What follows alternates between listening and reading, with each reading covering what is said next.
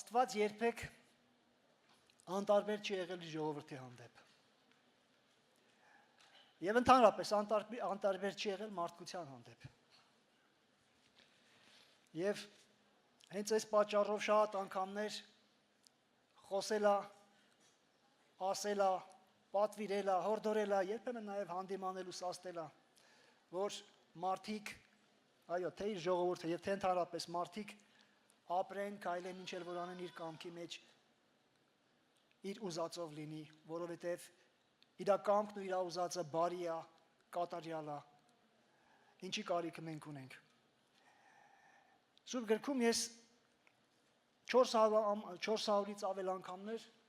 տեսա, որ գրված է եւ այսպես է ասում Տերը կամ Աստված։ Այսպես է ասում Աստված։ Ինչ ասա։ Այո, սա եւ հորդորա, եւ խրատա, եւ զգուշացումա, եւ հանդիմանությունա, այն ինչի կարիք ունի մարդը, ինչի կարիք ունենք նաեւ մենք։ Իհարկե, Աստված պատահական մեկի շուրթերից չի հնչեցնում իր խոսքը։ Հիմա կասեք, բա էշի միջոցով էլ խոսեց։ Այո, խոսեց Աստված։ Բայց Աստված օգտագործում է նրանց ում միջոցով ինքն է կամենում խոսել։ Եթե կամեցել է էշի միջոցով խոսել, ուրեմն այդպես է պետք եղել։ Եբրայեցիների առաջի գլխի մեջ հենց առաջին համարում կարդում ենք. Նախկինում Աստված շատ անգամներ եւ շատ կերպերով խոսեց մարգարեների միջոցով եւ հիմա խոսում է իր որդու միջոցով։ Բայց նախկինում շատ է խոսել իր ծառաների, մարգարեների միջոցով։ Աստված խոսում է հաճախակի, բայց երբեմն էլ լռում էր։ Եվ այդ լռությունն ինչ-որ բան նշանակում էր։ Կամ, ավելի ճիշտ այսպես ասեմ, Աստված նաև այդ լռության մեջ էր խոսում։ Սաղմոս 28-ի առաջին համարում կարդում ենք. Տեր, քեզ եմ կանչում, իմ վեմ լուռ մի մնա իմ հանդեպ։ Չլինի թե դու ինձ համար լուռ մնաս եւ ես նմանվեմ գերեզման իշխնողներին։ Այո, ես ասացի, որ Աստված լռության մեջ էլ է խոսում, բայց Աստված լուռ չի մնում, ուղղակի ու պատահական։ Նրա լուռ մնալը մի բան է ի հայտ բերում։ Խոսքն ասում է, չլինի թե դու լռես եւ ես նմանվեմ գերեզման իշխնողներին։ Դու որ լռես, ես մեռածի պես կլինեմ, ես կմեռնեմ։ Մի լռիր։ Երբ Աստված խոսում էր, իր ժողովուրդը մի պահ ոգևորվում էր, լսում էին, ուրախանում էին։ Օրինակ, Ելիս գրքի 24-րդ գլխում կարդում ենք, երբ Աստված Մովսեսի միջոցով խոսեց, իր ժողովրդի հետ նոր էին դուրս եկել Եգիպտոսի երկրից եւ ուղևորվում էին դեպի Քանան։ Տերը պատվեր էր տալիս, Տերը խոսում էր, ժողովուրդը ոգևորվեց եւ ասում էին. Տիրոջ բոլոր ասածները կանենք եւ կհնազանդվենք։ Բայց հետո երբ իրավիճակ էր փոխվում էին մարդիկ եւ փոխվում էր նաեւ մոտեցումը։ Իսկ ավելի կոնկրետ ասեմ, երբ որ Աստված ոգևորիչ բաներ էր ասում, լավ բաներ էր ասում մարդկանց, լսում էին, ուրախանում էին, ոգևորվում էին։ Բայց երբ գալիս էր պահը, երբ որ պիտի հանդիմաներ, երբ որ պիտի ասեն ինչ որ իրանց սրտով չի, այստեղ մի քիչ կասկածում էին արդեն, թե սա Տերն է, թե ոչ։ Բա Տերը ոնց կարող ասեն սպան ասի։ Կասկածում էին, սա արդյոք Աստծո ձայնն էր։ Եսայա մարգարեության 30-րդ գլխի 10 համարում մի հայտնի խոսք կա, որ երբեմն կամ ժամանակ առ ժամանակ կարծես ուղում էին մարգարեներին ասելով. մեզ համար ճշմարիտ բաներ մի մարգարեացեք, այլ մեզ ախորժելի բաներ, մեզ դուրեկան բաներ ասեք։ Ինչ է ասում Աստված եւ ինչ են ուզում լսել մարդիկ։ Երբեմն սրանք շատ տարբեր են իրարից։ Այն ինչ ուզում Աստված ասել, մարդու սրտով չի լինում երբեմն։ Եվ այն ինչ երբեմն մարդն ուզում է լսել, Հենց դա չէ, որ Աստված ուզում ասել։ Դրա կարիքը ինքը չունի, ուղղակի իրան հաճելի է։ Դուրեկան է, սիրտը շոյող է։ Դուր է գալիս իրան։ Սրտի ցանկությունը, մի բան ուղղակի նկատեցի, գիտեք, այս նայելով, սրտի ցանկությունը միշտ ավելի հրապուրիչ ու գայթակղիչ է, քան Աստծո ասածը։ Եվ իզուր չի, որ Մարգարեն ասում էր Երեմիան, սիրտն ամեն բանից ավելի խաբեբա ու խիստ չար է, ով կճանաչի, ով կիմանա, ով կհասկանա սա։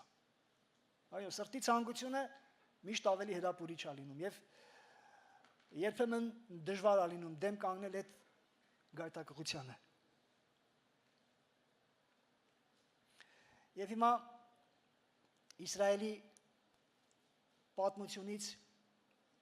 մի դրվագի վրա եմ ուզում մեր ուշադրությունը հրավիրեմ եւ այստեղ կարծում եմ ինչ-որ բան ես ու դու սովորելու, վերցնելու ունենք։ Սա այն պահներ, երբ դե Իսրայելի թագավորությունը գիտեք, Սողոմոնից հետո բաժանվել էր երկու մասի Իսրայելի եւ Հուդայի թագավորության։ Իսրայելն արդեն գերության էր տարվել իրենց չարության, իրենց անօրենությունների պատճառով։ Հուդան էլ արդեն հասցրել էր դրան, որ Աստված էլ մերժեց նրան, որ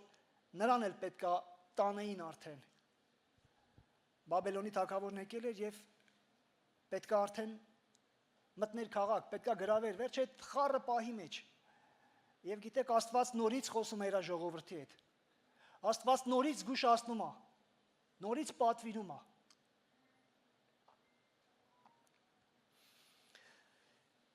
Եվ նորից հանդիպում ենք այս իրականությանը։ Մի բան ասում Աստված, բայց բոլորովին ուրիշ բան են ուզում մարդիկ։ Չնայելով իրավիճակի օրհասական լինելուն։ Երեմիա մարգարեություն 38-րդ գլխի, թեկուզ այս պատմությունը մի քիչ ավելի վերևից է սկսում 34-5 գլուխներից մինչև 42-43 գլուխները, բայց հիմնականում այս գլխի վրա պետք է ձեր ուշադրությունը հրավիրեմ։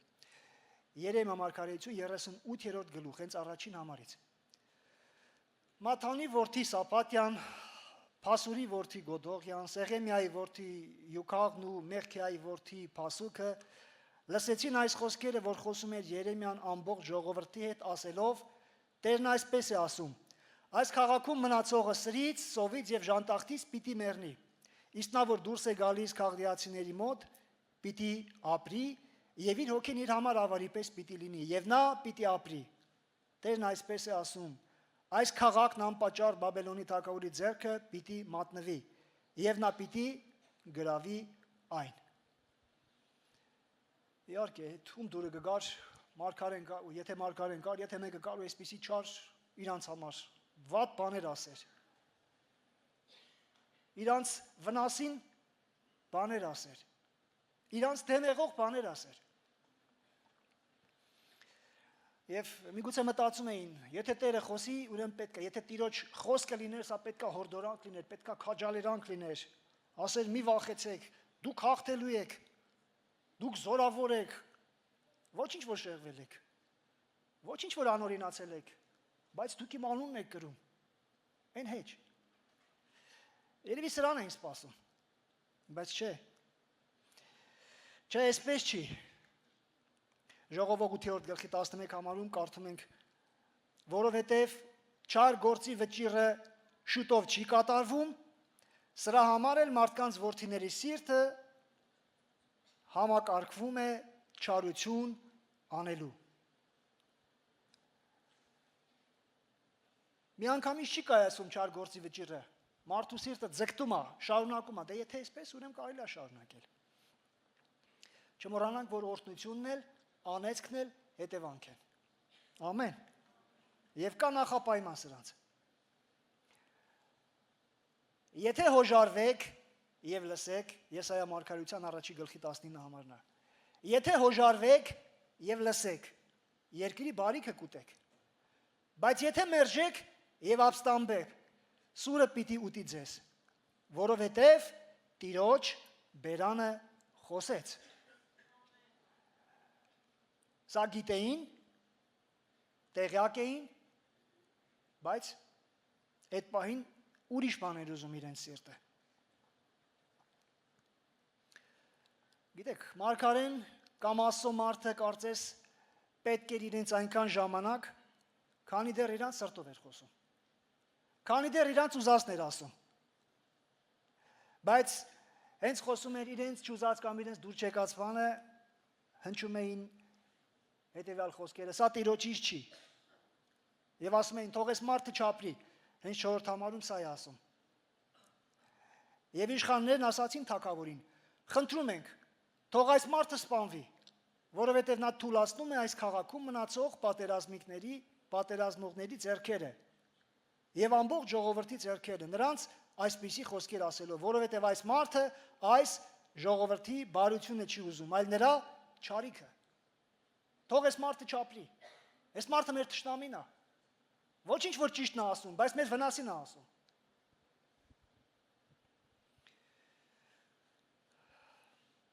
Հաճախ շատ ավելի հենվելով Աստծո բարության վրա, մոռանում ենք Աստծո արդարության մասին։ Աստված բարի անկասկած,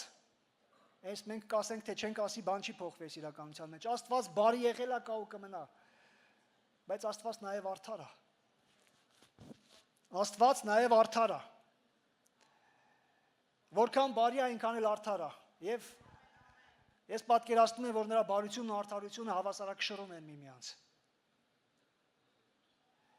Եթե հենվենք մենակ Աստծո բարության վրա, գիտեք, շատ բան կկորցնենք։ Այո, շատ բան կկորցնենք։ Եթե հենվենք Աստծո արդարության վրա, միգուցե ամեն բան կամ շատ բան չոր լինի մեզ համար։ Բայց սրանք երկուսը իրար հավասարակշռում են։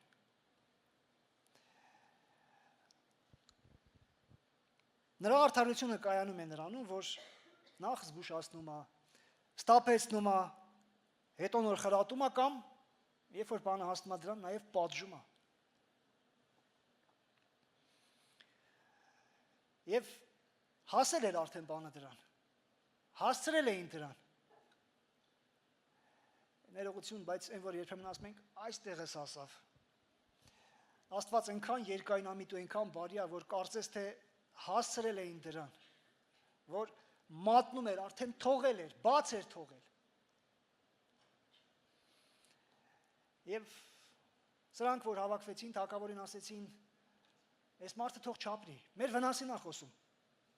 Այս մարդը խանգարում է մեզ։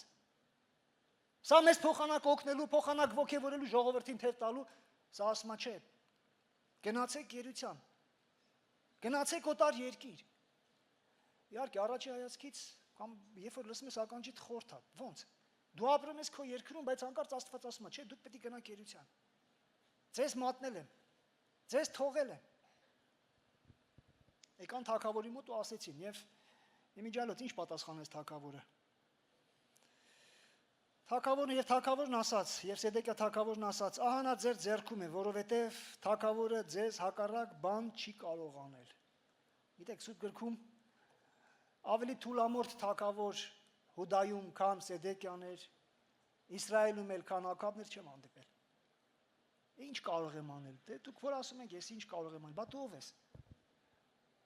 Շատ ներողություն, բա ինչացու ես։ Դուք ասում եք ուրեմն դուք էլ արեք։ Դե այն դեպքում դու ինչի թող նրանք նստեն քո տեղը։ Միգուցե խիստ եմ արտահայտվում, բայց վայ այն երկրին, որի թագավորը թուլամորթ է։ Վայ այն նաև ասեմ հետևյալը, վայ այն ընտանիքին, որի գլուխն է թուլամորթ։ Եվ վայ այն եկեղեցուն, որի առաջնորդն էլ թուլամորթ կլինի։ Տերը տա մեզ զորավոր առաջնորդներ։ Տերը տա մեզ զորավոր մարդիկ, ովքեր քայլեն մեր առջևից։ Եվ ես ապահով եմ, ուրախ եմ, որ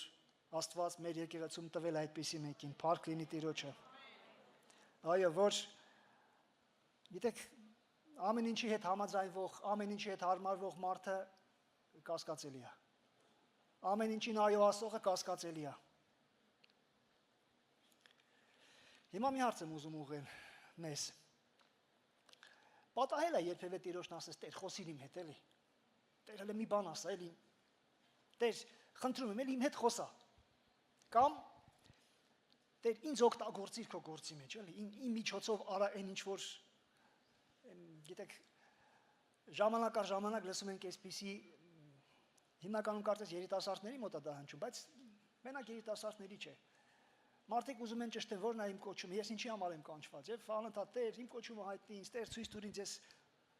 ինչի համար ես դու ինձ կանչել, ինչի համար ես ուզում, որ ես ծառայեմ քեզ։ Այս թողենք մի կողմի վրա, բայց ենթադրենք, ասենք, կանչեցիր, Տերն ասեց։ Ինչ ես մտածում, ինչ է լինելու արդյունքը։ Ինչ է լինելու արդյունքը, երբ որ Տերն ասեց, այս է քո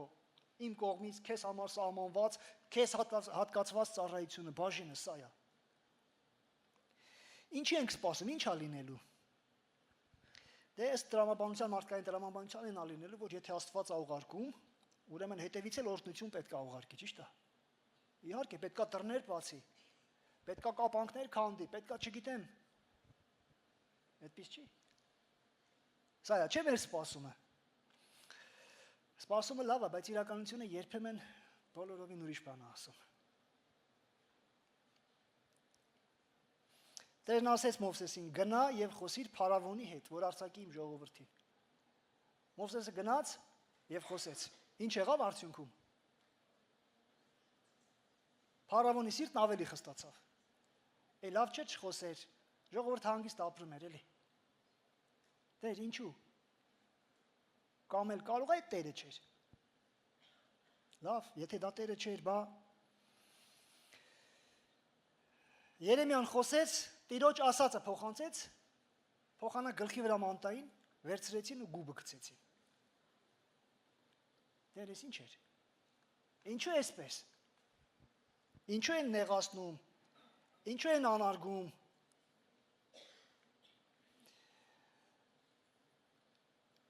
Եվ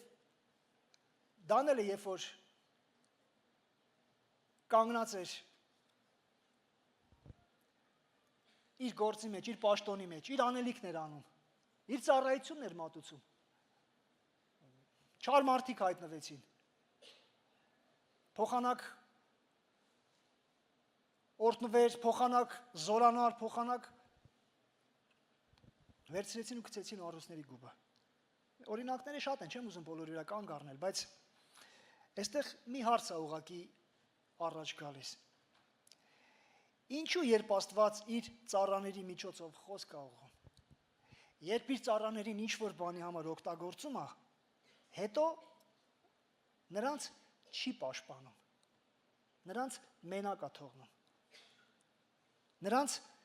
թույլ է տալիս, որ նեղացնեն ու վիրավորեն, ինչու։ Իհարկե, մենք ենք դա այսպես նկատում, բայց Աստված գիտի ինչու է անում։ Երևի այդպիսի պահին կմտածենք, սա Աստծո կամքը չէր, այո, սա եթե նրա ուզածով լիներ, եթե Տերը կամենար, եթե Տիրոջ ասածով լիներ, օրհնությունը պետք է հետևից գար։ Ողբ Երեմիա 3-րդ գլուխ 35-36 համարները։ Մարդու իրավունքը ծռել Բարձրյալի երեսի առջև, մարդուն անիրավություն անել իր դատի ընթացքում Տերը չի տեսնում։ Ով է նա, որ ասի եւ ասածը կատարվի, եթե Տերը չի հրամայել։ Բարձրյալի բերանից են դուրս գալիս բարիքն ու չարիքը։ Գիտեք, այս արտահայտության ամեն անգամ հանդիպելուց ուզում եմ հասկանամ, ես ճիշտ է գրած թե չէ։ Եվ տարբեր թարգմանություն, հնարավոր բոլոր թարգմանությունները նայեցի հենց սենց էլ գրած էր։ Տիրոջ բերանից են դուրս գալիս բարիքն ու չարիքը։ Իհարկե, ես մտածելու տեղիք է տալիս, այն չարական մարդիկ այստեղ միգուցե բան ունենան ասելու, ոնց որ թե իրանց ուզածով է, հա։ Բա ասում եք ձեր Աստված բարի, այո, մեր Աստված բարի եղել է, կա ու կմնա։ Սա չի խոսում նրա մասին, որ Աստված մի քիչ բարի է, մի քիչ էլ։ Սա դրա մասին չի, խոսքը այստեղ ուրիշ բանի մասին է։ Տիրոջ բերանից են դուրս գալիս, Տերն է թույլ տալիս, Տիրոջ ուզածով է երբեմն լինում այն, ինչը որ չենք սպասում։ Ինչին որ չենք սպասում, Տիրոջով է, Տիրոջ կամքով է, նրա ուզածով է լինում, նրա թույլտվությամբ է լինում։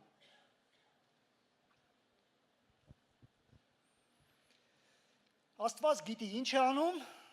եւ ինչու է թույլ տալիս որ իր ծառաները հայտնվեն մի դեպքում գուբի մեջ, մի դեպքում Պողոսի ու Շիղայի օրինակով Փիլիպպեի բանտում, ոտքերն էլ կոճղի մեջ ամրացրած։ Այո, բանտը այդ լավագույն վայրը չէր, թե նրանց համար, բանտը լավագույն վայրը չէր Հովսեփի համար,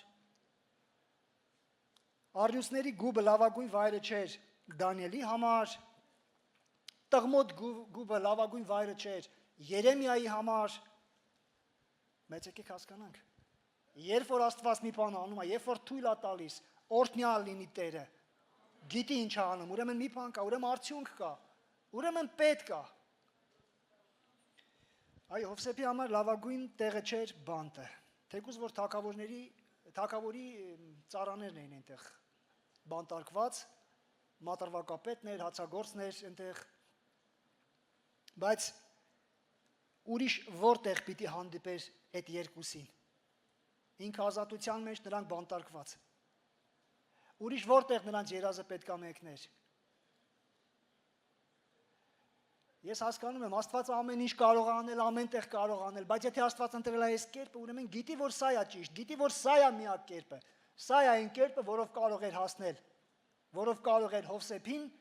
հայտնի դարձնել փարավոնի առաջ։ Այո, լավագույն վայրը չէր, բայց որտեղ պիտի հանդիպեր նրանց։ Առյուծների գուբն էլ արդեն ասեցի, լավագույն վայրը չէր Դանիելի համար, բայց որտեղ պետք է երևար Աստծո փառքն ու պաշտպանությունը նրա կյանքում, որտեղ պետք է երևար Աստծո զորությունը, նրա ձեռքը որտեղ պետք է երևար։ Եվ երբ որ հաջորդ օրը եկավ թագավորը տրտում ձայնով ձայն տվեց, Դանիել,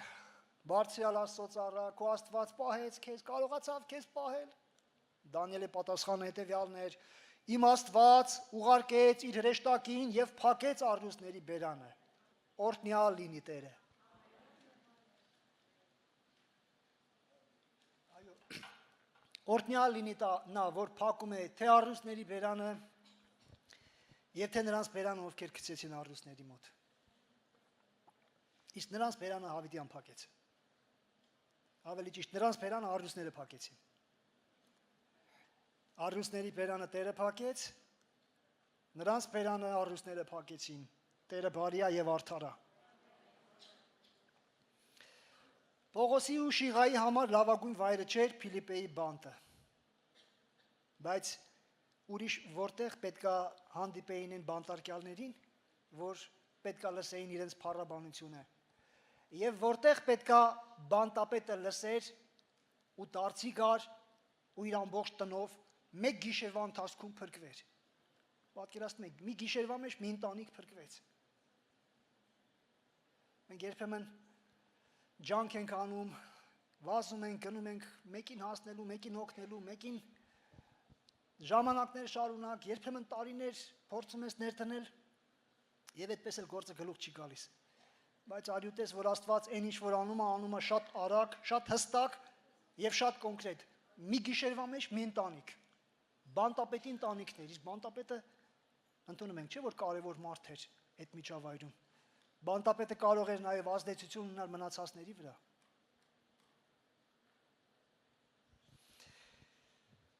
Երեմիայի համար էլ արդեն ասեցի, որ լավագույն վայրը չէր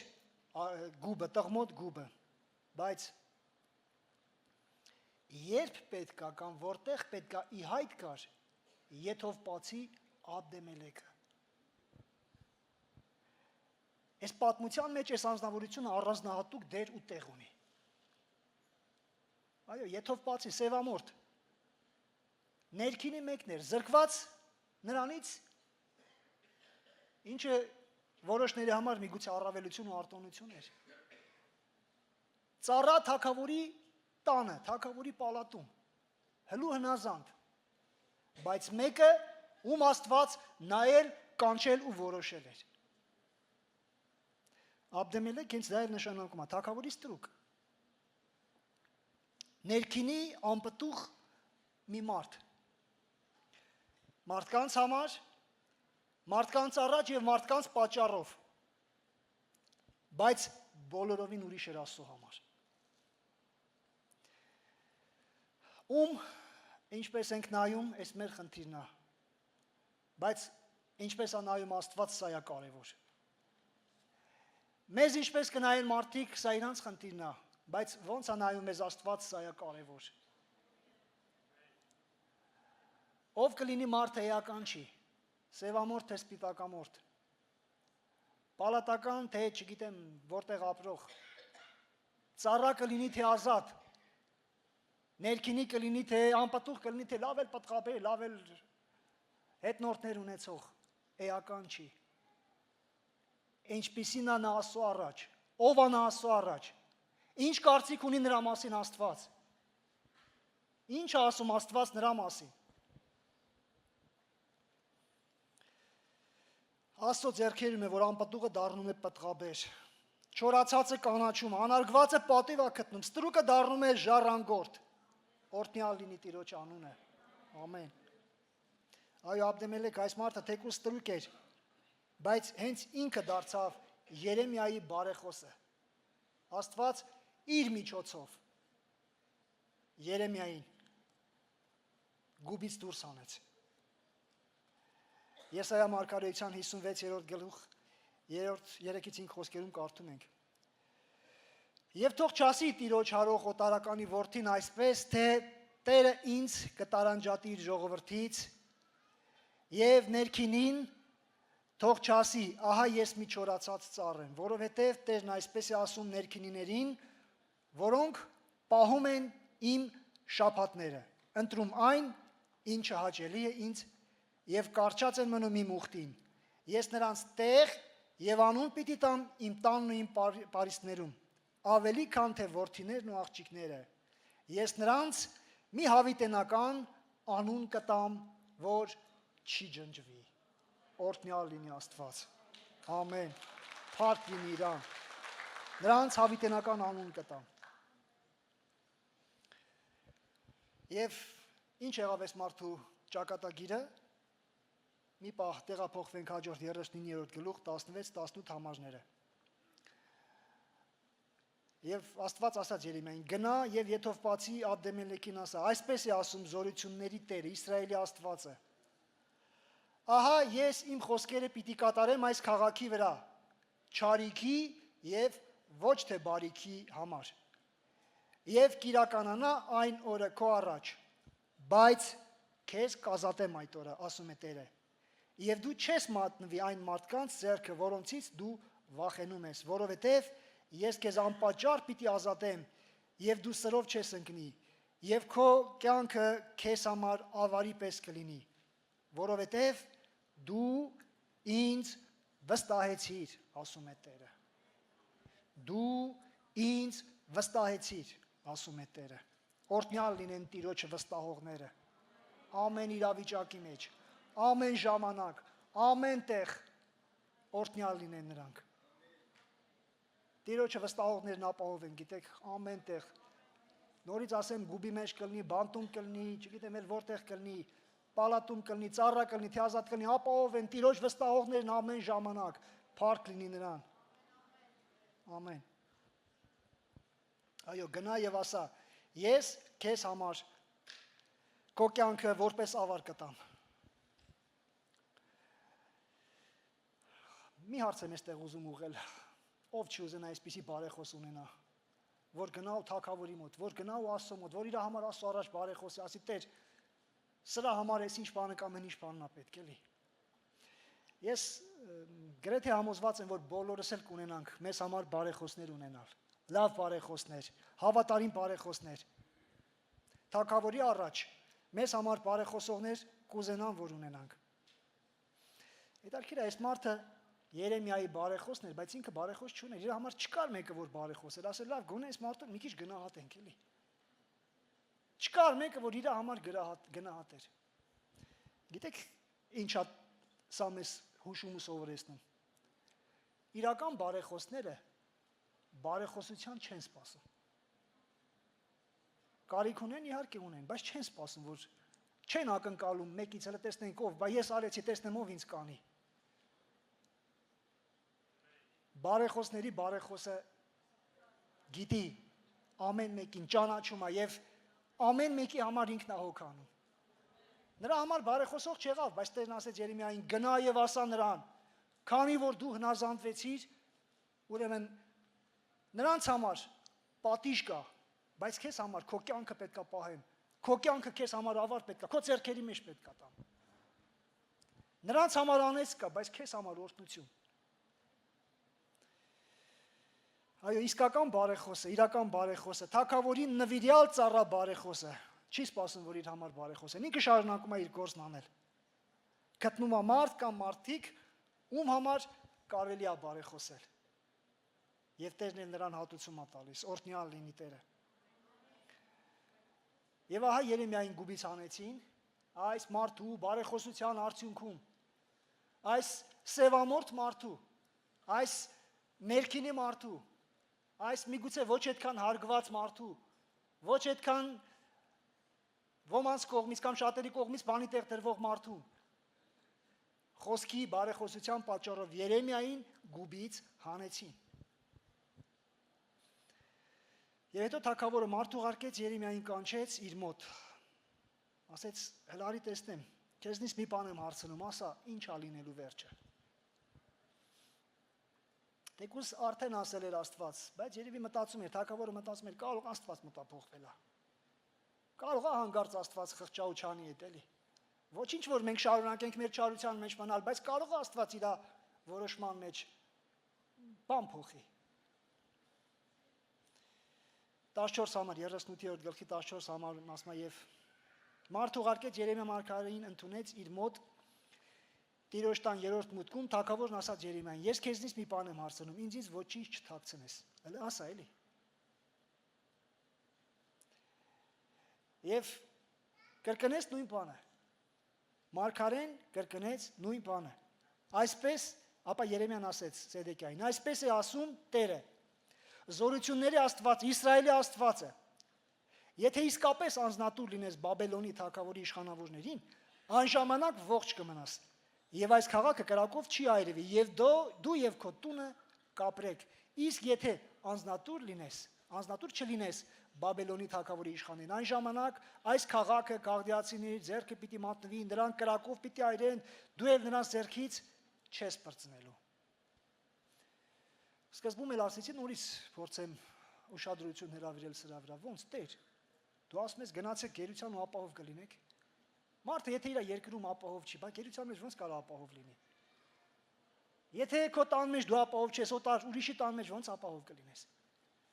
Եթե քո հարկի տակ քեզ հանգիստ չես զգում, ուրիշի հարկի տակ, ուրիշ տեղ, ուրիշ վայրում, գերության մեջ ոնց կարող ես հանգիստ լինել։ Ներողություն, բայց մեր խելքի բանը չի։ Ինչ որ Տերն ասում, երբեմն մեր խելքի բանը չի, մեր պատկերացրածը չի, երբեմն մեր ուզածը չի, բայց օրհնյալ լինի Տիրոջ խոսքը, Տիրոջ ասածը։ Օրհնյալ լինի Աստված, գիտի ինչ է ասում, ինչու է ասում։ Եվ ինձ զարմացնում է այս թագավորի պատասխանը։ Ուղղակի զարմացնում է, էլի։ 19 համար։ Ասում էր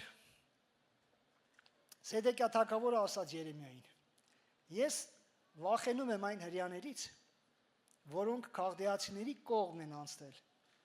Միգուցե ինձ նրանց ձեռքը մատնեն եւ նրանք նախատեն ինձ։ Գիտեք, վախենում են ոչ թե մեռնելուց, այլ նախատվելուց, ձեռ կառնեն ինձ, էլի, կծաղրեն ինձ։ Վախենում եմ այդ մարդկանցից, որ չծաղրեն էլի ինձ։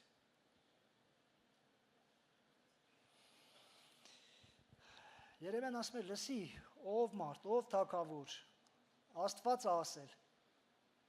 հնազանդվես Տիրոջ ձայնին, չես անարգվելու, չհնազանդվես,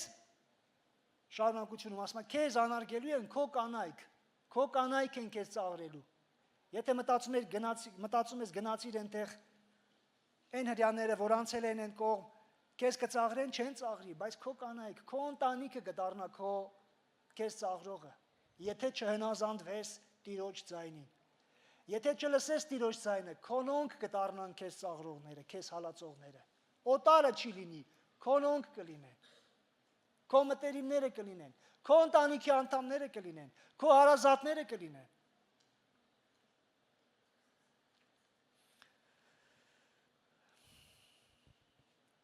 Կարծես Երեմիան հետևյալն էր ուզում ասել. Որն ես ընտրում։ Գնաս, թե քեզ տանեն։ Ցավոք երկրորդ տարբերակն ընտրեց։ Չհնազանդեց, չգնաց, տարան ու խայտարակ ձևով տարան։ Գիտեք, նպատակս թագավորին այս մարդուն քննադատելը չի։ Նպատակս մեկ անգամ կամ հերթական անգամ այս մարդուն ծաղրանքի առարկա դարձնելը չի, այս չի։ Նպատակս ուրիշ է։ Հասկանանք ինչ է լինում Տիրոջ կամքին չհնազանդվող, նրա ձայնը չլսող, նրա ուզածը, նրա խոսքը չկատարող մարդու հետ։ Ինչ կապ ունի անունը ինչ է, Սեդեկիա կլինի, թե ինչ կլինի, թե Անդրանիկ կլինի, ինչ կապ ունի, որևէ կապ չունի։ Ինչ անուն ուզում ենք տնենք, իրականությունը նույնն է լինելու։ Եվ որևէ մեկը Աստծո առաջ այս իրականությունից չի կարող փախչել։ Անձեռնխելություն չկա այստեղ։ Եթե հնազանդվեք ու հոժարվեք, երկրի բարիքը կուտեք։ Եսայիա մարգարեն էր ասում։ Եթե ոչ, սուրը կուտի ձեզ, չարիքը կուտի կհասնի ձեզ։ Եթե հնազանդվեք, իսկ եթե չհնազանդվեք։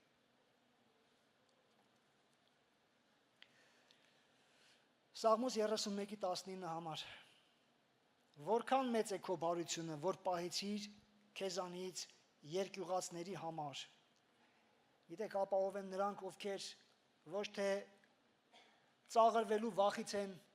ինչ որ բան անում, ոչ թե ինչ որ մեկի կողմից արհամարանքի արժանանալու վախից են ինչ որ բան անում կամ չանում, այլ ապահով ու պաշտպանված են նրանք, ովքեր Տիրոջ երկյուղով են ապրում։ Շատ ենք խոսում սրա մասին, գիտեք, բայց երբեմն շատ խոսացված բանը դառնում է շատ հասարակ։ Ես ուզում եմ մեկ անգամ էլ ուշադրություն հրավիրեմ սրա վրա, բայց ոչ թե հերթական անգամ հիշեցնելով, այլ որ մեր ուշադրությունը իսկապես դարձնենք Տիրոջ երկյուղի կարևորության վրա։ Հասկանանք, որ Տիրոջ երկյուղը կարևոր է, շատ կարևոր է, անհրաժեշտ է մեզանից յուրաքանչյուրի համար։ Որքան մեծ է քո բարությունը, որ պահեցիր քեզանից երկյուղածների համար, ինչքան մեծ է Տեր քո բարությունը։ Կարող ենք ասել ամեն։ Առակաց 22:4 համար։ Խոնարհության եւ Տիրոջ երկյուղի վարձքն է, հարստություն, պատիվ եւ կյանք։ Այն պատիվը, ինչից վախենում էր հանկարծ զրկվեր այս մարդը, Տիրոջ երկյուղի մեջ սակա, Տիրոջ երկյուղի վախճանն ասա։ Եվ գիտեք, այս գլխի մեջ ինձ ամենաշատը իմ ուշադրությունը գրավեց հենց այս հերթական 20-րդ համարը։ Ինչ է ասում։ Երեմիան ասաց. չեն մատնի։ Լսիր Տիրոջ ձայնը, որ քեզ ասում եմ։ Եվ այն ժամանակ լավ կլինի քեզ համար, եւ դու ողջ կմնաս։ Ուրիշ թարգմանություն կարդացի, հետևյալ կերպ էր գրած. խնդրեմ, լսիր Տիրոջ ձայնը։ Մեկ ուրիշ տեղ կարդացի գրված էր. աղաչում եմ քեզ, լսիր Տիրոջ ձայնը։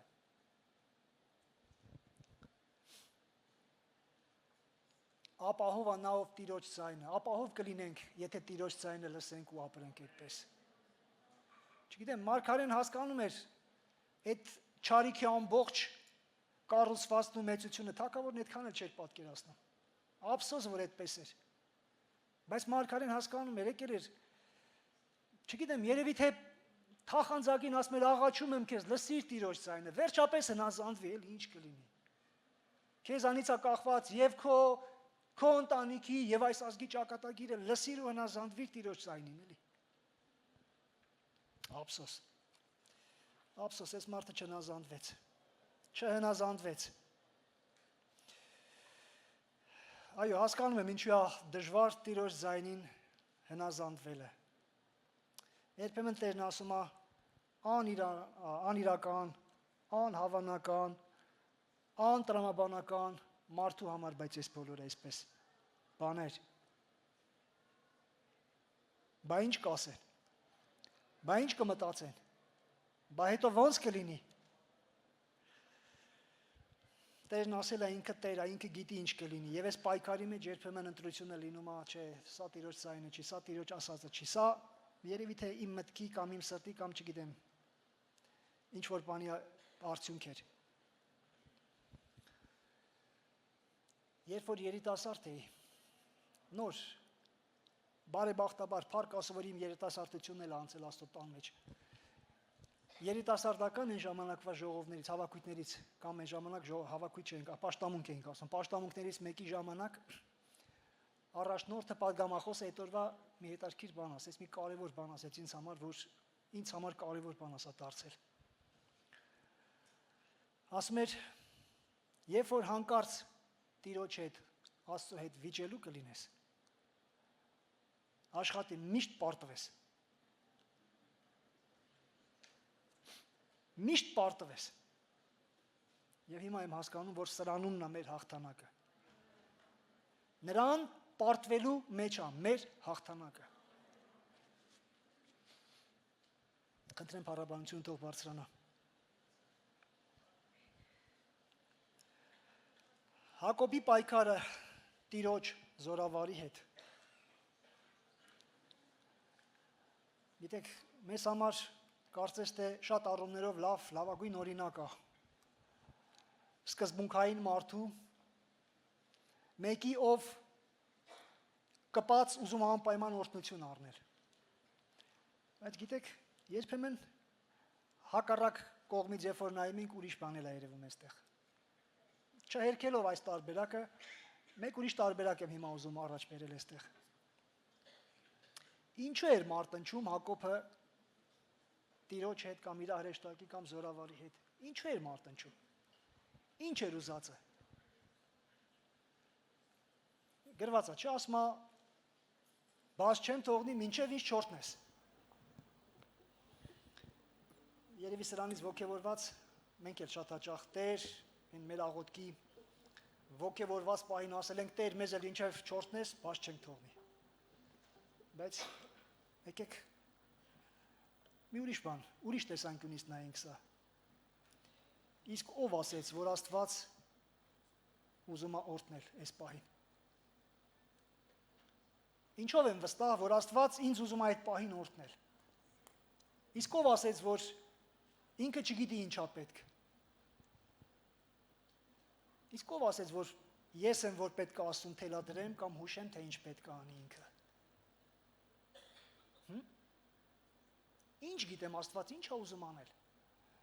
Միգուցե այդ պահին Աստված ոչ թե ուզում է օրհնել, այլ ուզում է լավ էլ հանդիմանել։ Իսկապես ուզում է հանդիմանել, որովհետև դա պետք է դա տեղին։ Եվ ասում ենք, չէ, Հակոբի ոտքին կպավ, զիստը թուլացավ եւ նշան եղավ, որ Աստված օրհնել է նրան։ Իսկ միգուցե Աստված կպավ ոտին, որ հասկացնի իրան, Հակոբ, մյուս անգամ չգաս իմ առաջ եւ ինձանից բան չպահանջես։ Միգուցե այսպես։ Տիրոջից պահանջելու որևէ բան չունենք։ Մերը չի սա։ Եթե իր առաջ գալ ակնկալիքով։ Ուղղակի խնդրանքով։ Ինչու եմ սա ասում, որովհետև ցավոք սրտի երբեմն աղոթներ ենք լսում այսպեսին։ Տեր, դու խոստացել ես, ուրեմն տուր։ Քո խոսքում գրված է, չէ՞, որ այսպես պետք է անի, կամ դու ասել ես քո խոսքի մեջ, բա քո խոսքն է։ Ներողություն կոպիտ ասած, Աստծո խոսքը կարծես ուզում ենք Աստծո աշկը մտցնենք։ Չկա այսպիսի բան։ Տերը լավ գիտի ինչ ասել։ Մեզ պետք է իր առաջ խոնարհ ապրենք։ Ուղղակի մեր ականջը տանք իր ձայնին, ինչ է ուզում Աստված ասել։ Ինչ է ուզում ինքը ասել, հետևենք սրան։ Չլինենք նրան թելադրողի դերում, չի հաջողվի մեզ։ Թող ինքը թելադրի մեզ, սրանումն է հաջողությունը մեր։ Պետք չի նրան հիշացնենք, ինքը հիշողության խնդիր չունի, ինքը լավ էլ հիշում է, ինչ է ասել, ինչ է խոստացել եւ ինչ է պետք մեզ։ Եվ ուղղակի մտածում, իսկ ինչ կլիներ, եթե Սեդեկյան հնազանդվեր Տիրոջ ձայնին։ Ինչ կլիներ, էլի։ Համոզված եմ, որ պատիվն էլ, հարգանքն էլ, անունն էլ, ընտանիքն էլ ամեն ինչն էլ կպահեր, որովհետև Աստված իր խոսքին հավատարիմ է։ Ասել է, ուրեմն լինելու է այդպես։ Չէր կորցնի։ Ինքն էլ անարգ մահով չէր մահանա։ Խնդրեմ կանգնենք ոտքի։ Պողոս առաքյալը կասեր այս պահին։ Եվ այս ամենը մեզ օրինակ եւ խրատ լինելու համար եղավ։ Ուրեմն հենց այս հետևյալ խոսքով էլ ուզում եմ ավարտել։ Այն, որ քիչ առաջ կարդացի։ Խնդրեմ, հնազանդվիր Տիրոջ ձայնին։ Հնազանդվենք Տիրոջ ձայնին, Տիրոջ խոսքին։